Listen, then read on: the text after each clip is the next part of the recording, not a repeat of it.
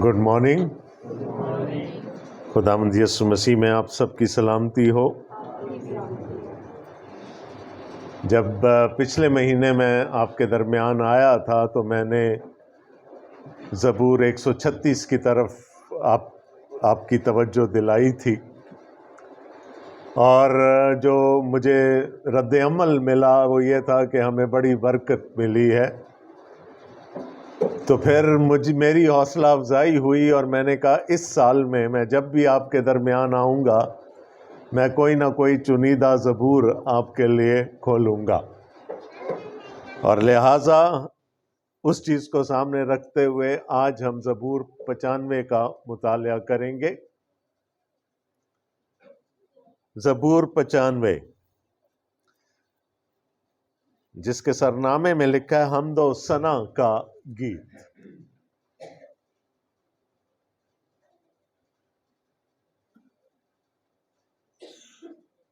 زبور 95 پہلی آیت سے: آؤ ہم خداوند کے حضور نغمہ سرائی کریں، اپنی نجات کی چٹان کے سامنے خوشی سے للکاریں. شکر گزاری کرتے ہوئے اس کے حضور میں حاضر ہوں، مزمور گاتے ہوئے اس کے آگے خوشی سے للکاریں. کیونکہ خداوند خدائے عظیم ہے اور سب الہوں پر شاہ عظیم ہے. زمین کے گہراؤ اس کے قبضہ میں ہیں، پہاڑوں کی چوٹیاں بھی اسی کی ہیں. سمندر اس کا ہے، اسی نے اس کو بنایا، اور اسی کے ہاتھوں نے خشکی کو بھی تیار کیا. آؤ ہم جھکیں اور سجدہ کریں اور اپنے خالق خداوند کے حضور گھٹنے ٹیکیں، کیونکہ وہ ہمارا خدا ہے اور ہم اس کی چراگاہ کے لوگ اور اس کے ہاتھ کی بھیڑیں ہیں. کاش کہ آج کے دن تم اس کی آواز سنتے. تم اپنے دل کو سخت نہ کرو، جیسا مریبہ میں، جیسا مسا کے دن بیابان میں کیا تھا.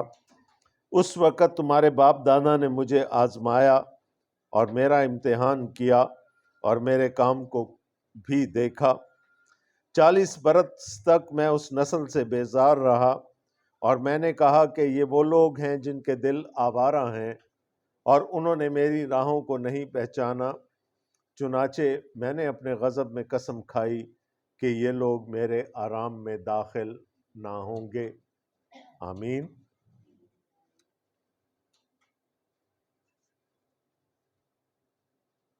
مقدس یوحنا کے انجیلی بیان کے 4 باب میں خداوند یسوع مسیح کا ایک مکالمہ درج ہے ایک سامری عورت کے ساتھ، اور اسی بات چیت میں، اسی گفتگو کے درمیان خداوند یسوع مسیح نے کہا وہ دن آتے ہیں، بلکہ اب ہیں، کہ سچے پرستار روح اور سچائی سے خدا کی پرستش کریں گے. سچے پرستار روح اور سچائی سے خدا کی باپ کی پرستش کریں گے. اب اس آیت کی بہت ساری تفاسیر موجود ہیں، آپ نے اس کو مختلف طریقے سے بیان ہوتے ہوئے سنا ہوگا. لیکن جب ہم پرانے عہد نامہ میں دیکھتے ہیں تو داؤد ہمیں زبور 95 میں بتاتا ہے کہ ہمیں کیسے خدا کی عبادت کرنی چاہیے. اس زبور کا عنوان ہی خدا کی عبادت ہے، اور اس زبور کے وسیلہ سے ہم خدا کی عبادت کے بارے میں، ورشپ کے بارے میں، ورشپ کو ہم صرف سمجھتے ہیں گانا بجانا. ورشپ گانا بجانا نہیں ہے، ورشپ ہماری پوری کی پوری عبادت ہے. بلکہ میں اس کو یوں بیان کروں تو غلط نہ ہوگا کہ ورشپ ہماری پوری زندگی ہے. وہ جو پرستش کا چھوٹا سا حصہ ہوتا ہے گانے بجانے کا، وہ عبادت کا، ہماری پوری عبادت کا ایک بہت اہم حصہ ہے. تو میں نے کہا ہم 3 باتیں دیکھیں گے اس زبور سے خدا کی عبادت کرنے کے بارے میں. وہ کون سی عبادت ہے جو خداوند کی نظر میں پسندیدہ ہے اور جو خدا کی نظر میں قبول ہوتی ہے. پہلی 2 آیات میں داؤد کہتا ہے آؤ ہم خداوند کے حضور نغمہ سرائی کریں، اپنی نجات کی چٹان کے سامنے خوشی سے للکاریں. شکر گزاری کرتے ہوئے اس کے حضور میں حاضر ہوں، مزمور گاتے ہوئے اس کے آگے خوشی سے للکاریں۔ جو پہلی چیز ہم عبادت کے بارے میں دیکھیں گے اس زبور میں سے وہ یہ ہے کہ ہمیں اپنی عبادت خوشی کے ساتھ کرنی ہے۔ یہاں پر بھی داؤد کہتا ہے اور اپنی نجات کی چٹان کے سامنے خوشی سے للکاریں۔ عبادت بوجھ نہیں ہونی چاہیے، یہ کوئی مجبوری نہیں ہے، عبادت دل کی خوشی کے ساتھ ہونی چاہیے۔ اور وہی بات یہاں پر ہمیں سکھائی جا رہی ہے کہ ہمیں ریجوائس کرتے ہوئے، ہمیں خوشی مناتے ہوئے خدا کی عبادت کرنی ہے۔ اور پہلی 2 آیات میں ہمیں داؤد بتاتا ہے کہ کیسے کرنی ہے۔ وہ سب سے پہلے کہتا ہے آؤ ہم خداوند کے حضور نغمہ سرائی کریں، گیت گاتے ہوئے، اس کی حمد کرتے ہوئے، پریز کے ساتھ ہم اس کی حضوری میں حاضر ہوں، اس کی عبادت کریں۔ پھر وہ کہتا ہے اپنی نجات کی چٹان کے سامنے خوشی سے للکاریں، shout to the Lord with joy۔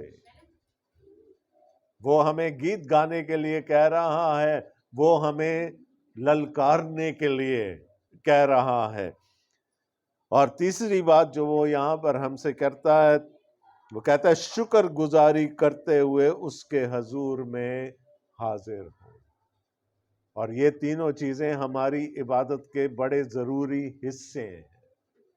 ہم خداوند کے حضور گاتے بجاتے ہیں جیسا کہ آج بھی ہم نے کیا۔ ہم نے خداوند کی حمد کی اور ہم نے خداوند کی تعظیم کی گیتوں کے ذریعے سے۔ اور پھر وہ کہتا ہے کہ اپنی نجات کی چٹان کے سامنے للکاریں۔ ہم نے خداوند کے حضور نعرے بھی لگائے۔ ہم اپنی خوشی کا اظہار اسی طرح سے کرتے ہیں۔ مجھے پتہ نہیں کہ آپ میں سے کتنے لوگ کرکٹ میں انٹرسٹڈ ہیں، لیکن جو ہیں ان کو پتہ ہے کہ کل رات کو PSL 8 کا فائنل تھا اور 2 ٹیموں کے درمیان تھا، ملتان سلطانز اور لاہور قلندر کے۔ اور چونکہ یہ میچ لاہور میں ہو رہا تھا تو پورا کا پورا اسٹیڈیم لاہور قلندر کے پیچھے تھا۔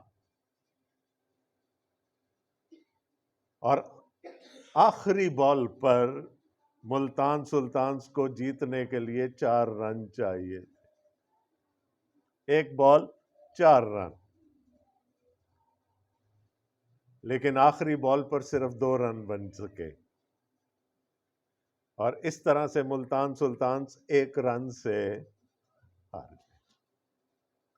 لیکن اس وقت جو اسٹیڈیم کا سین تھا کہ لوگ کرسیوں پر کھڑے ہو کر چھلانگیں لگا رہے تھے، شور مچا رہے تھے، نعرے لگا رہے تھے، آوازیں بیٹھ گئیں، لیکن وہ اپنی خوشی کا اظہار کر رہے تھے۔ اور چونکہ میں ملتان سلطانز کا فین تھا، میں اداس ہو کر اپنے صوفے کے کونے میں بیٹھا ہوا۔ تو وہ لوگ کیوں یہ سارا کچھ کر رہے تھے؟ کیوں اتنی خوشی کا اظہار ہو رہا تھا؟ کیونکہ ان کی ٹیم جیت گئی تھی۔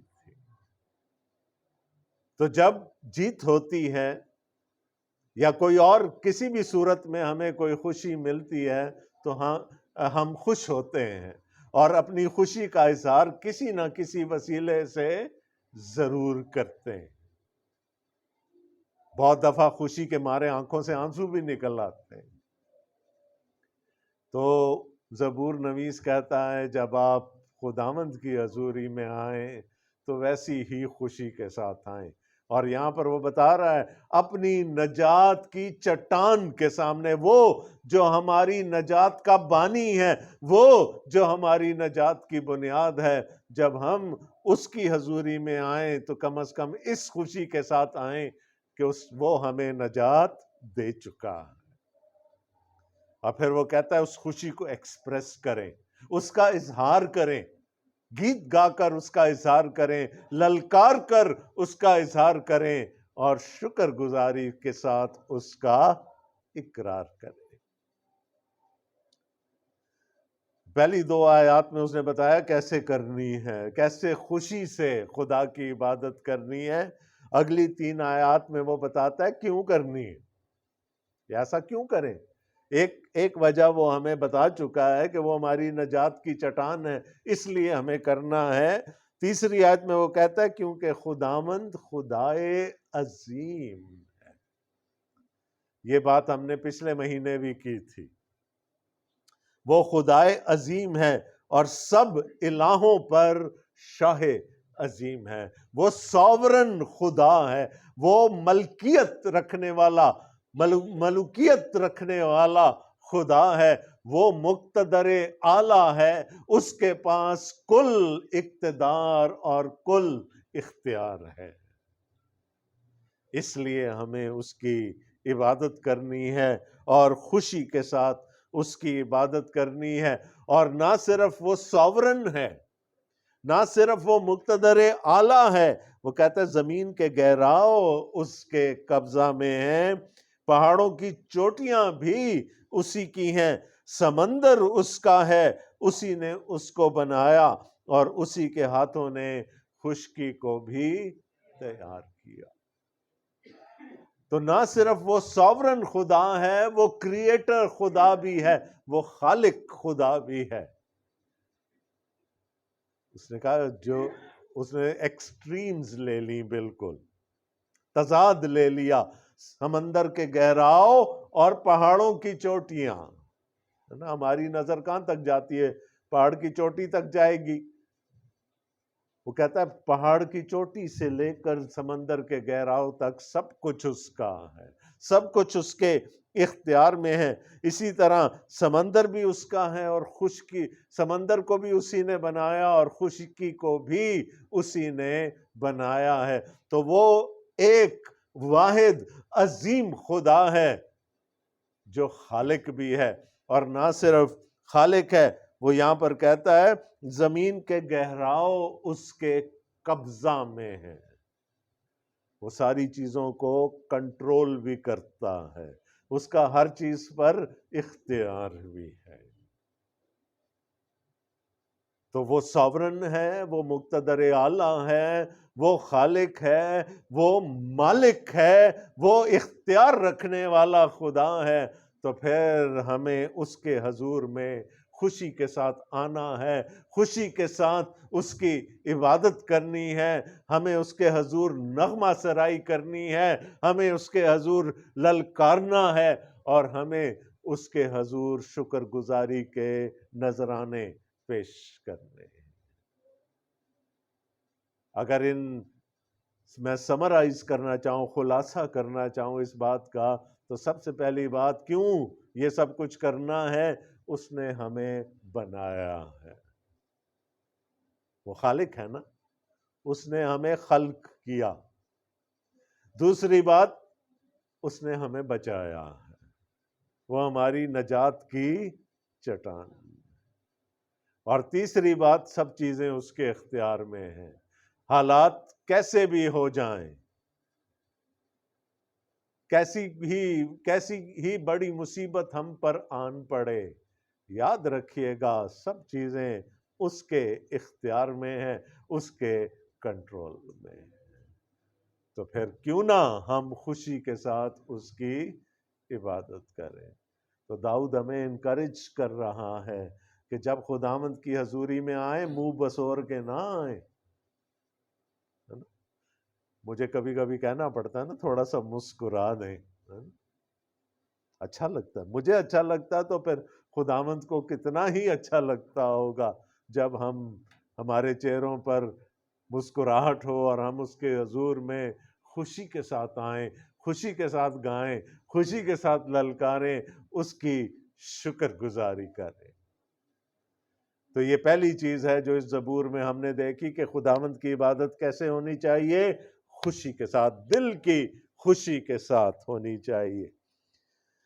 اگلے حصے میں ہم چلتے ہیں 6 آیت سے وہاں لکھا ہے آؤ ہم جھکیں اور سجدہ کریں.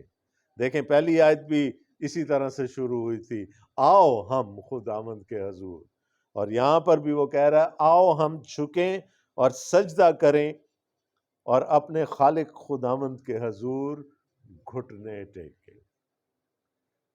دیکھیں ہم خداوند کے حضور خوشی کر سکتے ہیں، خوشی کرنے سے ہمیں کوئی منع نہیں کر سکتا. ابھی ہم نے گیت گایا، ہم ناچ سکتے ہیں، ہم اچھل سکتے ہیں، ہم نعرے لگا سکتے ہیں، ہم کچھ بھی کر سکتے ہیں، لیکن ایک چیز یاد رکھیے گا، وہ ہماری ذہنوں سے کبھی وہ چیز مٹنی نہیں چاہیے، that he is an awesome God. وہ واحد خدا ہے، وہ قادر مطلق خدا ہے، وہ ساورن خدا ہے. اس کی تعظیم کبھی ہماری نظروں سے اوجھل نہیں ہونی چاہیے. یہ جو میں بات کر رہا تھا نا، خوشی کے ساتھ عبادت کرنی ہے، خوشی کے ساتھ عبادت کرنے میں اور تعظیم کرنے میں بڑا چھوٹا سا فرق ہے، ہیئر لائن ڈفرنس جس کو کہتے ہیں. کہاں ہم حد پار کر گئے یہ ہمیں پتہ نہیں چلتا. ہم جو کچھ کریں خداوند کے خوف میں رہتے ہوئے کرنا، اور اسی کے لیے خدا کا کلام ہماری حوصلہ افزائی کرتا ہے. اس کا خوف ہمارے دلوں سے کبھی مٹنا نہیں چاہیے. وہ ایک حد جو اس کے اور ہمارے درمیان ہے وہ ہمیشہ قائم رہنی چاہیے. وہ خالق ہے، ہم مخلوق. انگریزی میں اس کو کہتے ہیں ریورنس. ہمیں وہ ریورنس برقرار رکھنی چاہیے. اپنی حد کو پہچاننا ہے کہ کس حد تک ہم جا سکتے ہیں اور کس حد تک خدا اس کو قبول کرے گا.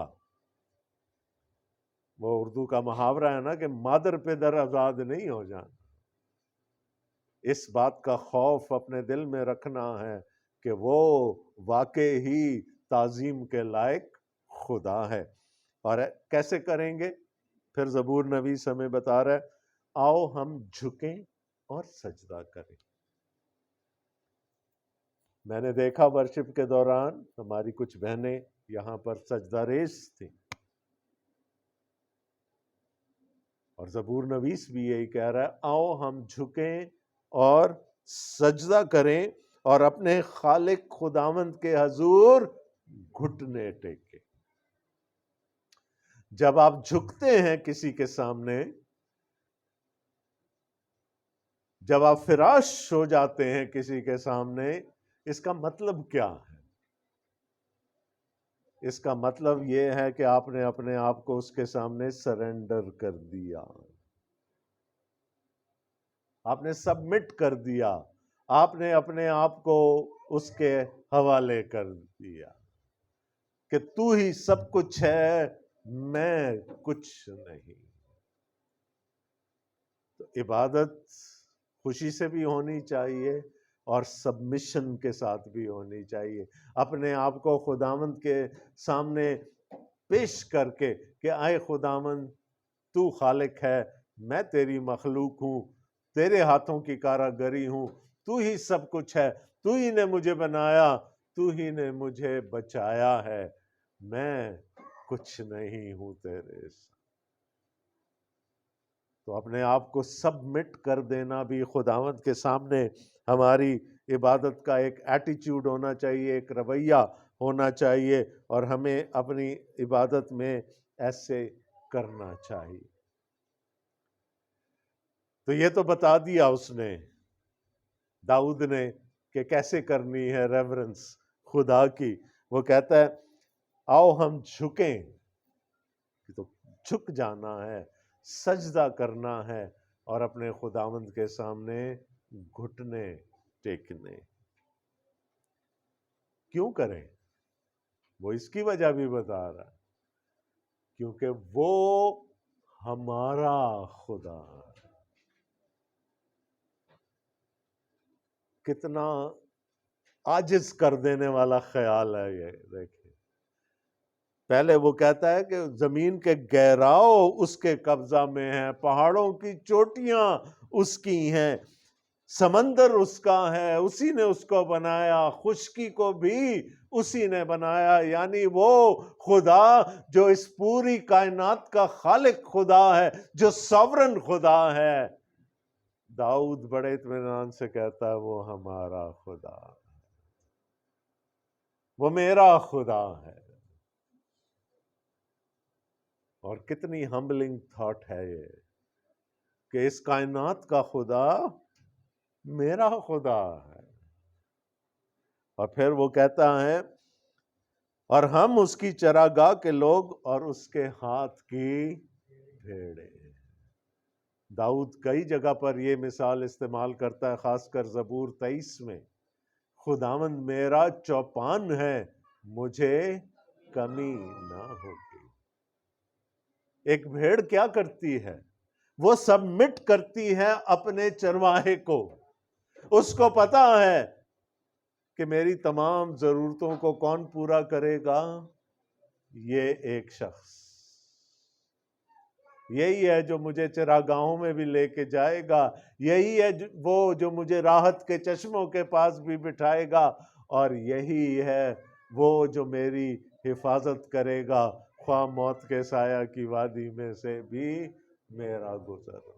وہ ٹوٹلی ڈیپینڈنٹ ہوتی ہے اپنے چرواہے پر، وہ بھروسہ کرتی ہے، وہ تکیہ کرتی ہے اپنے چرواہے پر. تو داؤد بھی کہتا ہے کہ ہمیں بھی اپنے چوپان پر بھروسہ کرنے کی ضرورت ہے، اس پر تکیہ کرنے کی ضرورت ہے. اور کیسے دکھائیں گے اس کو کہ ہم اس پر بھروسہ کرتے ہیں؟ جب ہم اس کے حضور میں جھک جائیں گے، جب ہم اس کو سجدہ کریں گے، جب ہم اس کے حضور میں گھٹنے ٹیکیں گے، تب اس کو پتا چلے گا کہ ہم واقعی ہی اس پر ڈیپینڈنٹ ہیں. اور یہ سب کچھ ہم اپنی عبادت میں دکھا سکتے ہیں. سبمیشن، سرنڈر، یہ ہمیں اپنے خداوند کے سامنے کرنا ہے.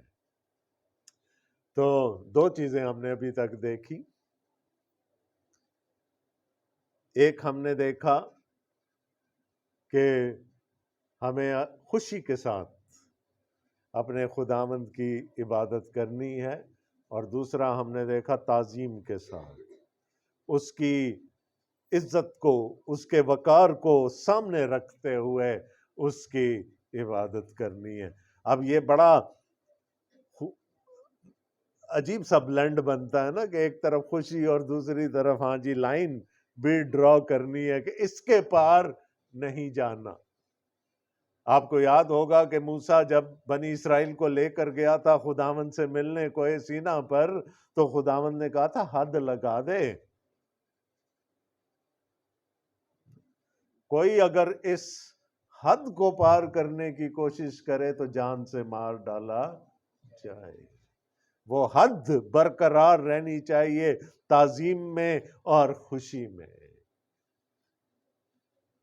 اس کا وقار، اس کا جاہ و جلال، وہ سب ہماری نظروں میں رہنا چاہیے، because he is an awesome god. ہمیں اس چیز کو ملحوظ خاطر رکھنے کی ضرورت ہے. اب تیسری چیز کی طرف چلتے ہیں، اور وہ ہے ہمیں تابعداری کے ساتھ خدا کی عبادت کرنی. ہمیں رد عمل دکھانا ہے خدا کو. کاش کہ آج کے دن تم اس کی آواز سنتے. تم اپنے دل کو سخت نہ کرو جیسا مریبہ میں، جیسا مسا کے دن بیابان میں کیا تھا. ابھی تک ہم نے جتنی باتیں کی وہ ہم سے متعلق تھیں. اب ہماری عبادت کا ایک سب سے زیادہ اہم حصہ کیا ہے؟ کہ خدا کی آواز کو سنا جائے. کاش کہ آج کے دن تم اس کی آواز سنتے، اور سن کے کیا کرنا ہے؟ دل کو سخت نہیں کرنا۔ دو کام پھر وہ ہمیں بتا رہا ہے کہ کیسے کرنا ہے۔ جو سننے کے لیے عبرانی لفظ ہے وہ ہے شما، اور شما کا مطلب یہ نہیں کہ جیسے ماں باپ گلا کرتے ہیں اپنے بچوں سے تو ساڈی سن دے ہی نہیں، سنتے تو ہیں ماں باپ، جو بھی کہہ رہے ہو سنتے تو ہیں، لیکن عمل نہیں ہوتا نا۔ لیکن جب ہم شما کا لفظ استعمال کرتے ہیں تو اس کا مطلب ہے سن کر رد عمل دکھانا، رسپونڈ کرنا۔ تو وہ کہتا ہے کہ ہمیں خدا کی آواز کو سننا ہے۔ جیمز مونٹگومری بوائس کہتے ہیں کہ اس سے پہلے کہ ہم بولیں خدا کے حضور ہمیں سننا ہے، اس سے پہلے کہ ہم گائیں بجائیں خدا کے حضور ہمیں سننا ہے۔ اور صرف سننا نہیں ہے، اس کو قبول کرنا، اس کی تابع داری کرنی ہے، اور جب ہم خدا کے کلام پر عمل کریں گے تو ہمارے دلوں میں خوشی آئے گی، اور اس خوشی کو پھر ہم خدا کی تعریف اور تعظیم کرتے ہوئے استعمال کر سکتے ہیں۔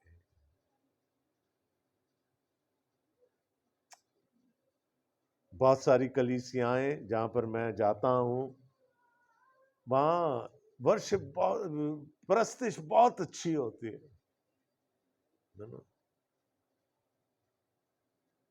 وہ خوب زور سے اور خوب دیر تک لوگ پرستش کرتے ہیں۔ جب کلام کی باری آتی ہے تو پھر کان میں آ کے کہتے ہیں سر جی ویلا بہت ہو گیا تو ہاتھ والا رکھنا ذرا۔ یہ ہمارا ایٹیچیوڈ ہو گیا ہے خدا کے کلام کے بارے میں۔ لیکن میں خداوند کا شکر کرتا ہوں اس کلیسیا کے لیے، اور میں آپ کی مثال دوسرے چرچز میں بھی دیتا ہوں۔ جتنی محبت آپ خدا کے کلام سے اور خدا کے خادموں سے کرتے ہیں اب کم کم دیکھنے کو ملتی ہے۔ خداوند آپ کو اس میں قائم رکھے۔ میں جہاں جاتا ہوں میں آپ لوگوں کی مثال دیتا ہوں، اور یہی بات ہے جو مجھے مقناطیس کی طرح کھینچ کر ہر مہینے آپ کے درمیان لے آتی ہے۔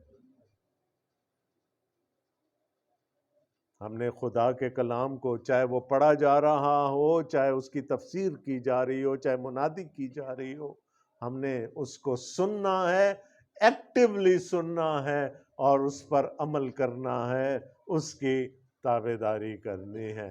اور پھر خداوند یہاں پر اب لگتا ہے کہ خدا اپنے لوگوں سے مخاطب ہے۔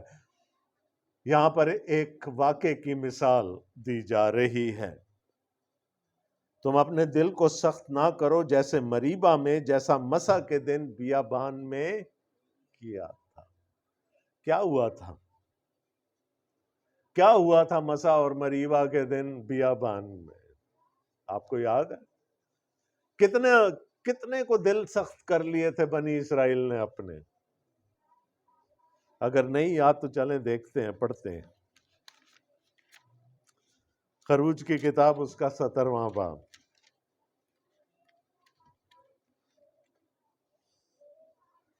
خروج کی کتاب اس کا 17واں باب اور اس کی پہلی آیت سے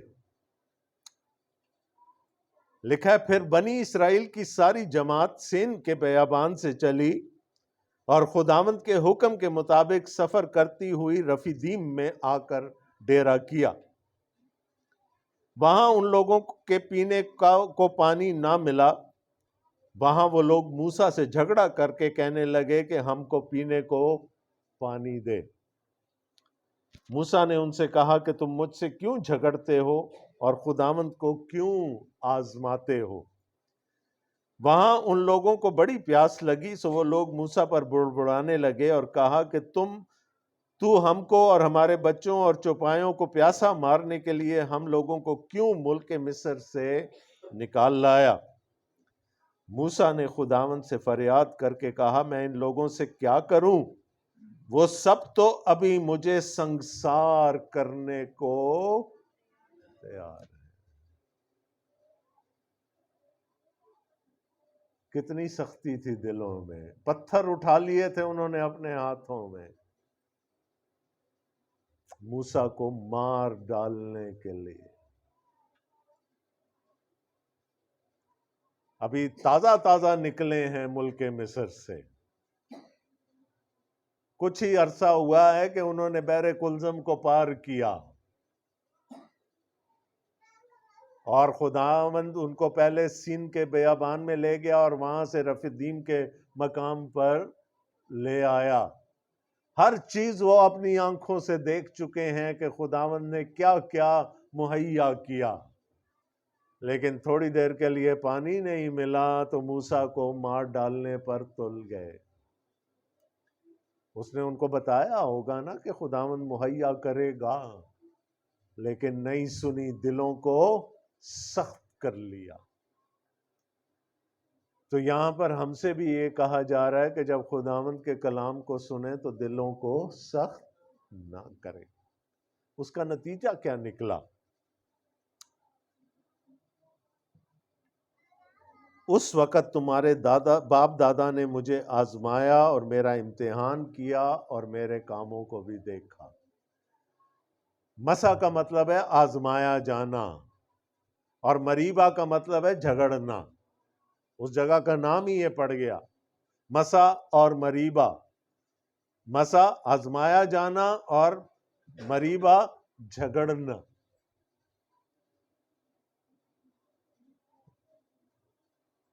تمہارے باپ دادا نے مجھے آزمایا اور میرا امتحان کیا اور میرے کام کو بھی دیکھا۔ تو خداوند نے کیا کہا؟ 40 برس تک میں اس نسل سے بیزار رہا، اور میں نے کہا یہ وہ لوگ ہیں جن کے دل آوارہ ہیں، سخت ہیں، اور انہوں نے میری راہوں کو نہیں پہچانا۔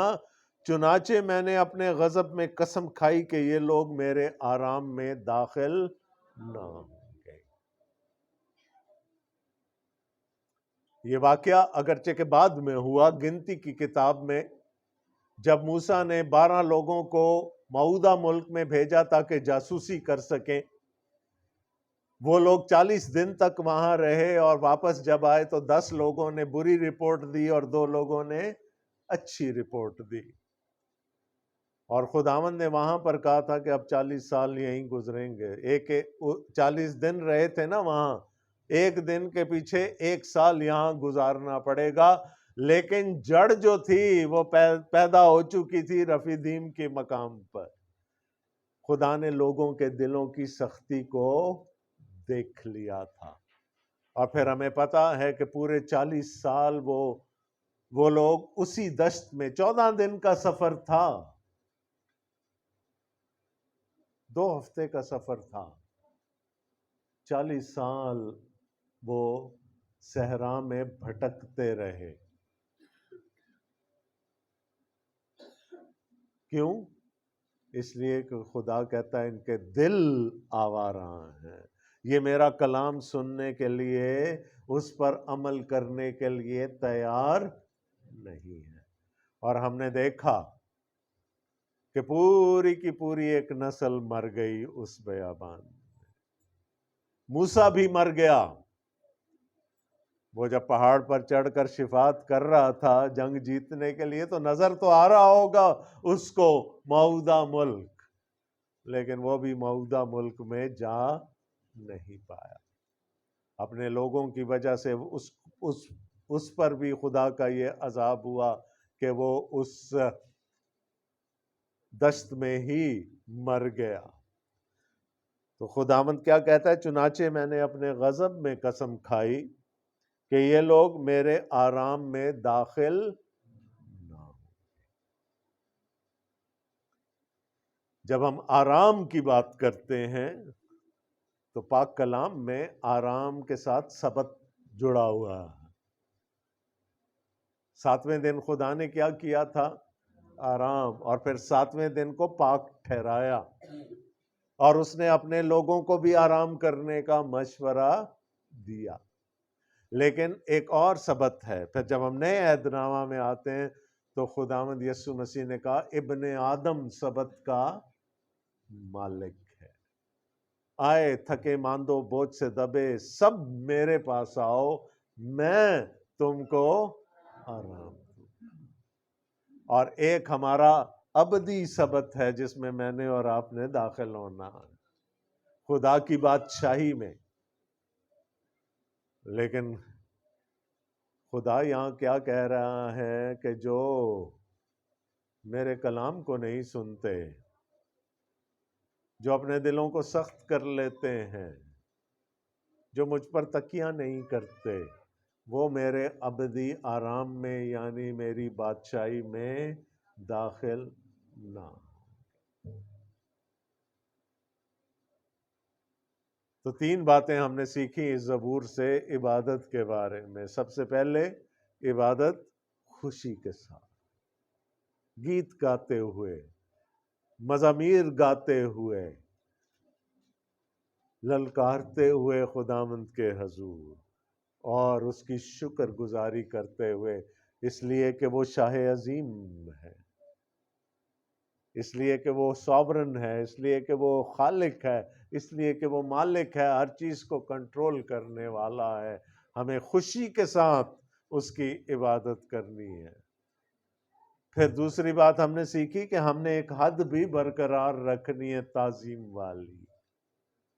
ہم نے اس کے حضور میں جھکنا بھی ہے، گھٹنے بھی ٹیکنے ہیں، سجدہ بھی کرنا ہے، تاکہ ہم اس کو بتا سکیں کہ ہم سبمٹ کر رہے ہیں اس کی مرضی کو، ہم اپنے آپ کو اس کے ہاتھوں میں دے رہے ہیں، سرنڈر کر رہے ہیں. اور کیوں ایسا کر رہے ہیں؟ اس لیے کہ وہ ہمارا خدا ہے، وہ ہمارا چوپان ہے، ہم اس کے چراگاہ کی بھیڑیں ہیں. اور تیسرے اس نے ہمیں بتایا کہ جب خدا کا کلام پیش ہو تو پھر دلوں کو سخت نہیں کرنا. یہی ہے نا ہماری عبادت کے سارے حصے. تو یہ ہمارے لیے ایک بڑی اچھی چیک لسٹ بھی ہو سکتی ہے کہ ہم دیکھیں کہ کلیسیائی طور پر ہم کن کاموں کو اچھا کرتے ہیں اور کہاں ہم کمزور ہیں. یعنی جو خدا یہاں ہمیں آپشن دے رہا ہے کہ یا تو پھر دل کی خوشی کے ساتھ گاتے اور بجاتے ہوئے، تعریف کرتے ہوئے اور تعظیم کرتے ہوئے اس کی حضوری میں آئیں اور برکت پائیں، یا پھر دوسری طرف اپنے دلوں کو سخت کر کے اس کے عذاب میں اپنے آپ کو ڈال دیں. چوائس ہے ہمارے پاس، ہم کیسے کرنا چاہتے ہیں خدا کی عبادت. وہ دن آتے ہیں بلکہ اب ہیں کہ سچے پرستار روح اور سچائی سے باپ کی عبادت کریں. اور داؤد نے ہمیں بتا دیا کہ وہ عبادت ہمیں کس طور سے کرنی ہے. Now the choice is ours. ہم اپنی عبادت کو اور کتنا افیکٹو بنا سکتے ہیں، کتنا اچھا بنا سکتے ہیں، خدا کی نظر میں کیا پسندیدہ ہے وہ جان کر اور اس کو اپنا کر. لیکن سب سے بڑی بات یہ ہے کہ جب خدا کلام کرے تو پھر اس کی آواز کو سنا جائے، اور نہ صرف سنا جائے، اس کو قبول کیا جائے، اور نہ صرف قبول کیا جائے، اس پر رد عمل دکھایا جائے، اس کی تابع داری، اس کی فرما برداری کی جائے. خداوند آپ سب کو بڑی برکت دے.